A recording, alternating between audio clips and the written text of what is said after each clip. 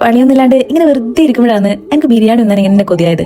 നേരെ അടുക്കളയിലേക്ക് പോയിട്ടാ നമ്മൾ എല്ലാരും കൂടി ഒന്നിച്ചാണ് ബിരിയാണി ഉണ്ടാക്കാൻ പോകുന്നത്. ചൂടായ നെയ്യിലേക്ക് നമുക്ക് ആവശ്യത്തിന് ഉള്ളി ഇട്ടതിന് ശേഷം മൂപ്പിച്ചെടുത്ത് മാറ്റി വെക്കാം. ഇനി ഒരു പുതിയ പാൻ എടുത്തിട്ട് അതിലേക്ക് ആവശ്യത്തിന് എണ്ണ ഒഴിച്ചു കൊടുക്കുക, ആവശ്യത്തിന് ഉള്ളി ഇട്ട് കൊടുക്കുക, കുറച്ച് നെയ്യും കൂടി ഇട്ട് കൊടുക്കുക.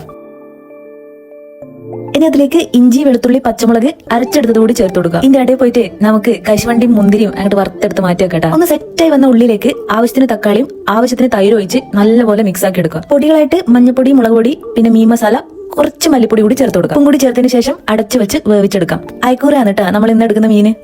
ആവശ്യത്തിന് എല്ലാ മസാലകളും ഇട്ട് പിന്നെ ചെറുനാരങ്ങയൊക്കെ ഒഴിച്ച് അതിലേക്ക് ഇഞ്ചി, വെളുത്തുള്ളി പേസ്റ്റ് ഒക്കെ ഇട്ടിട്ട് മീൻ സെറ്റാക്കി എടുക്കണം.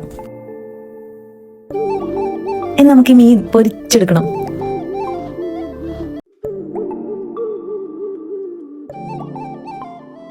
കുക്കറിൽ ആവശ്യത്തിന് വെള്ളം എടുത്തതിന് ശേഷം നെയ്യും സ്പൈസസും ഇട്ട് കൊടുക്കുക കേട്ടോ. ഇതൊന്ന് തിളച്ച് വരുമ്പോൾ നമ്മൾ കഴുകി വെച്ച അരി കൂടി ഇട്ടിട്ട് വേവിച്ചെടുക്കുക.